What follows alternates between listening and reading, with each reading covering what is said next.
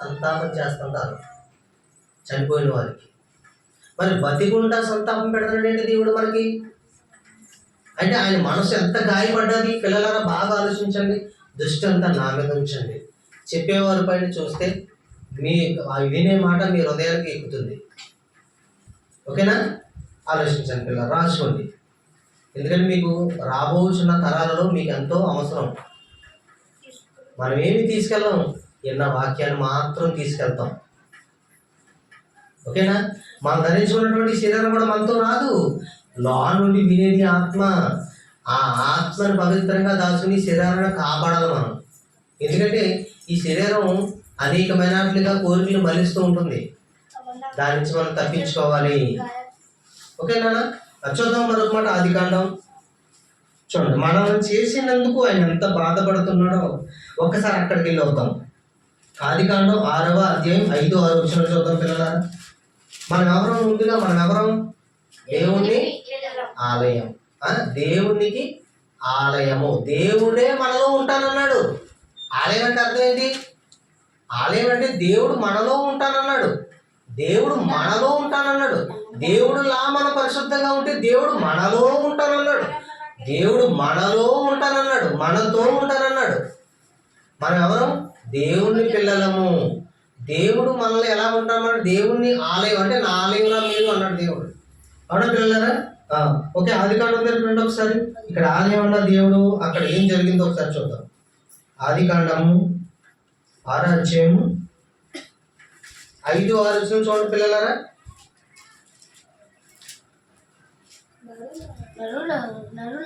జాగ్రత్తగా తీయండి, అందరూ తీసుకుని రాసుకోండి. 6వ అధ్యాయము, ఆదికాండము 6వ అధ్యాయము 5వ వచనం నుండి చూద్దాం. నరుల చెడితనము భూమి మీద గొప్పదనియు వారి హృదయము యొక్క తలంపులోని ఊహ అంతయు ఎల్లప్పుడు కేవలము చెడ్డదనియు. కేవలం ఏమన్నా? నరుల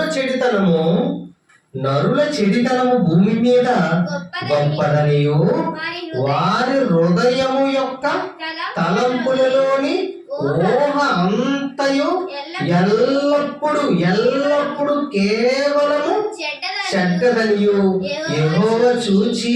చూడండి ఒకసారి పిల్లలు, యెహోవా చూచాడంటే ఎల్లప్పుడు కేవలము చెడ్డదట. సమస్త నరులంతా చెడ్డదేనా? అందరూ, మొత్తం ప్రపంచంలో ఉన్నటువంటి ప్రజలందరూ ఎల్లప్పుడు కేవలము చెడ్డది. వారి యొక్క తలంపు మన ఆలోచన తలంపు అంటే ఆలోచన ఎల్లప్పుడు కేవలం చెడ్డదంట. దేవుడు ఎంత బాధపడుతున్నాడో ఆ రోజున చూడండి పిల్లలారా. ఆ రోజున చదవండి ఒకసారి. తాను భూమి మీద నరులను చేసినందుకు యెహోవా సంతాపము నుండి తన హృదయములో నొచ్చుకొనెను. హృదయంలో నొప్పి వచ్చిందంట తండ్రికి. చూసారు ఎంత బాధపడుతున్నాడో చూడండి. దేవుణ్ణి బాధపరిచే పిల్లలుగా మనం ఉండకూడదు భూమి మీద. దేవుణ్ణి సంతోషపరిచే పిల్లల వలె ఉండాలి మనం. దేవుణ్ణి ఆలోచనలో మనం బ్రతికితే ఆయన ఎందుకు బాధపడతాడు చెప్పండి? దేవుడు పుట్టించినటువంటి మానవులంతా ఎంత బాధ పెడతారో చూడండి తండ్రిని. అలా ఉన్నాం మనం పిల్లలారా, అలా ఉన్నాం మనం. అలా ఉండకూడదు మనం. అలా ఉంటే దేవుడు మనల్ని ఎప్పటికీ క్షమించడు. అలా ఉండకూడదు మనం. చూద్దాం అక్కడి నుంచి చదవండి మళ్ళీ ఒకసారి. ఆలోచన. తాను భూమి మీద నరులను చేసినందుకు యెహోవా సంతాపము నుండి తన హృదయములో నొచ్చుకొనెను. అప్పుడు యెహోవా, నేను సృజించిన నరులతో కూడా జంతువులను, పురుగులను, ఆకాశ పక్షులను భూమి మీద ఉండకుండా తుడిచేస్తాను అన్నాడండి. అంటే ఎంత కోపం వస్తే తండ్రి ఒక పిల్లల మీద, ఎంత కోపం వస్తే తండ్రి పిల్లల మీద ఎంత కోపం పడతాడు చెప్పండి. ఎంత బాధ వస్తే కనుక పిల్లలు ఎంత తండ్రిని బాధ పెట్టి ఉంటే ఆ మాటలు ఉంటాడండి. పిల్లలారా ఆలోచించండి, తండ్రిని ఎంత బాధ పెట్టి ఉంటారు ఆ పిల్లలు. భూమి మీద ఏమీ లేకుండా తుడిచేస్తాను అని అన్నాడు అంటే ఆయన ఎంత బాధపడి ఉంటాడో ఆలోచించండి పిల్లలారా. మనసు పెట్టి ఆలోచించండి. దేవుని మనసుకి ఎవరన్నా మనకి ఎలా చెబుతున్నారా? వారం అవతలకు వస్తారు, 4 పాటలు పాడతారు, ఏదో చెప్పి వెళ్ళిపోతారు, అప్పటికప్పుడు వచ్చిన వేరుకుని. అలా కాదండి. వాక్యం చెప్పామంటే ఒక పాట రూపంలో చెప్పాలి, అర్థమయ్యే రీతిలో చెప్పాలి. ఏదో వచ్చాము అవసరం కొద్ది వెళ్ళిపోయాం అన్నట్టు ఉండకూడదు. దేవుని మాట వినపడుతున్నప్పుడు ఆడు చెప్పింది మేము వినవేంట్లే అన్న ఆలోచనతో ఉండకూడదు. నేర్చుకోండి. సరైన వాక్యంలో సరైన నేలపైన పండాలి, సరైన నేలలో మనం పడాలి. ఇంకా కింద చదువుదాం. కింద ఏమంటే 12 వచ్చిన చూద్దాం పిల్లలు. 12 అందులోనే 6వ అధ్యాయము 12వ వచనం. దేవుడు భూలోకమును చూసినప్పుడు అది చెడిపోయి ఉండెను. ఏమన్నాడు? 12వ వచనం. దేవుడు భూలోకమును చూచినప్పుడు అది చెడిపోయి ఉండెను. భూమి మీద సమస్త శరీరులు తమ మార్గములను చెరిపి వేసుకునిది. దేవుడు 13వ వచనం. దేవుడు నోవహుతో సమస్త శరీరుల మూలముగా భూమి బలత్కారంతో నిండి ఉన్నది కనుక నా సన్నిధిని వారి అంతము వచ్చి ఉన్నదని. చూసండి ఎంత బాధ కలిగితే పిల్లలు దేవుడు ఎందుకు బాధపడి చెప్పండి ఒకసారి ప్లీజ్ పిల్లలారా. మనం అలా ఉన్నాం, ఇప్పుడు అలాగే ఉన్నాం. అలా వద్దు అలా కోరుకోలేదు దేవుడు. అలా కోరుకోలేదు. 7వ వచనంలో ఒక మాట చూడండి, మనం ఎలా ఉండాలో ఇప్పుడు చెప్తాడు ఆయన. 7వ వచనం మొదటి వచనం, 7వ అధ్యాయం మొదటి వచనం. అదే ఆదికాండము 7వ అధ్యాయం మొదటి వచనం. యెహోవా ఈ తరములో నీవే నా ఎదుట నీతిమంతుడు అయినట చూసితిని కనుక నీవును నీటి వరును వాడలో ప్రవేశించుడి. చాలన్నా ఎవరు ప్రవేశించమన్నా చెప్పండి పిల్లలారా. నోవహు కుటుంబం ఎంతమంది? 8 మంది. 8 మంది. ఎంతమంది రక్షింపబడ్డారు? 8 మంది. అంటే ఆ తరానికి నోవహు నీతిమంతుడు. ఎవరు నీతిమంతుడు? మరి ఈ తరంలో దేవుడికి నీతిమంతుడిగా నిలబడతావా నువ్వు? నిలబడ్డారా? ఎంతమంది నిలబడి ఉంటారు చెప్పండి? బాప్తిసం తీసుకున్నా కానించి నేను దేవుళ్ళలోకి వచ్చాను, మతం తీసుకున్నాను, నేను మతం తీసేసుకున్నాను, నాకు ఇంకే భయము లేదు, నన్ను పెట్టెలో పెట్టి తీసుకెళ్తారు అని అనుకుంటున్నావా? మనం కేవలం పెట్టెలో పెట్టి తీసుకెళ్తారండి. బాప్తిసం తీసుకున్నావా? మనం బాప్తిసం తీసుకుంటే రక్షించేస్తాడా దేవుడు? ఈ పాయింట్ రాసుకోవాలి మనం. బాప్తిసం తీసుకోకుండా రక్షించేస్తాడా దేవుడు? బాప్తిసం తీసుకున్న తర్వాత దానికి అనుకూలంగా నడవాలి మనం అంతా. బాప్తిసం అంటే అప్పటి వరకు మనం జీవించినటువంటి జీవితాన్ని విడిచిపెట్టడం. బాప్తిసం అంటే అంతవరకు మనం జీవించినటువంటి జీవితాన్ని మనం విడిచిపెట్టడం. విడిచిపెట్టిన తర్వాత కొత్త జీవితాన్ని మనకి దేవుడు మరలా మనం ప్రసాదిస్తున్నాడు. ఆ జీవితంలో మనం బ్రతకడం బాప్తిసం అంటే.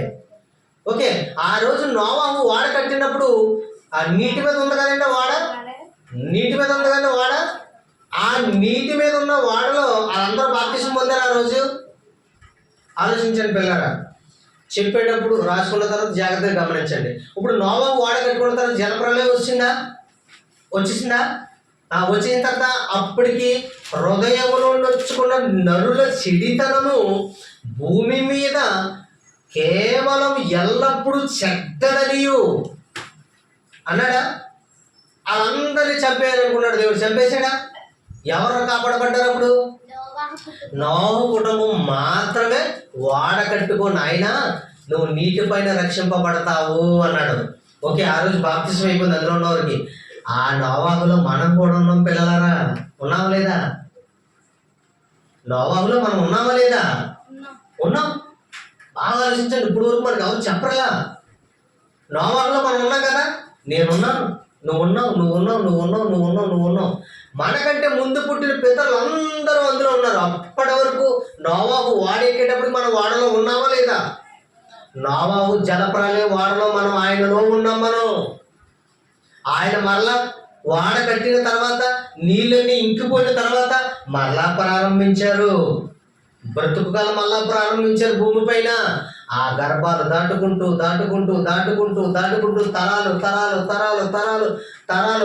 తరాలు విడిచిపెట్టుకుంటా ఒక చెల్లింగి అనే గ్రామంలో మనం అంతా జన్మించాం. ఆనాడు నోవహు కాలంలో జలప్రలయం కోసం ఈనాడు మనం మాట్లాడుకుంటున్నాం 100 తరాల తర్వాత. దేవుడి సంకల్పం చూడండి ఎలాగుందో. ఎప్పుడు నోవాహు జలప్రలయంలో, ఆ జలప్రలయంలో మనం అందరం ఉన్నాము. ఆ జలప్రలయం నుంచి ఈనాటి వరకు మరలా మనం ఈనాడు ఆయన కోసం చెప్పుకుంటున్నాం. అంటే దేవుడు సంకల్పం మన పైన ఎలా ఉందండి. ఆనాడు వాళ్ళు చనిపోతే మనం వద్దామా? ఈనాడు రాము. ఆ వాడలో మనం కూడా ఉన్నాం. నోవాహు ఇక్కడ వాడ 8 మంది ఎక్కారు అనుకుంటున్నాం మనం. కాదు పిల్లలారా, ఆ వాడలో మనము కూడా ఉన్నాం. ఆ వాడలో అలా బాప్తిసం జరిగిందా పిల్లలారా? జరిగిందో లేదో మనం ప్రూఫ్ చూద్దాం. ఓకేనా? నోవాహు కాలం నోవాహు వాడలో ఉన్నప్పుడు మనకు బాప్తిసం జరిగిందా చూద్దాం. ఇప్పుడు పేతురు పత్రికలోకి వచ్చేయండి. మనం ఎప్పుడు చదువుకున్నాం కదా, అందరికి వచ్చేయండి. పేతురు రాసిన మొదటి పత్రిక 3:21.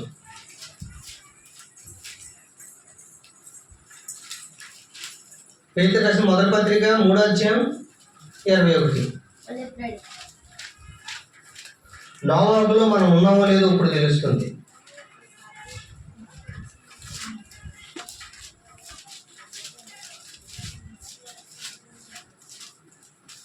చూడండి పిల్లలు, రాసుకున్నానా?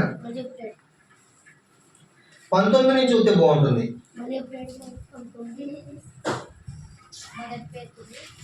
3వ అధ్యాయము 19 నుంచి చూద్దాం నాన్న.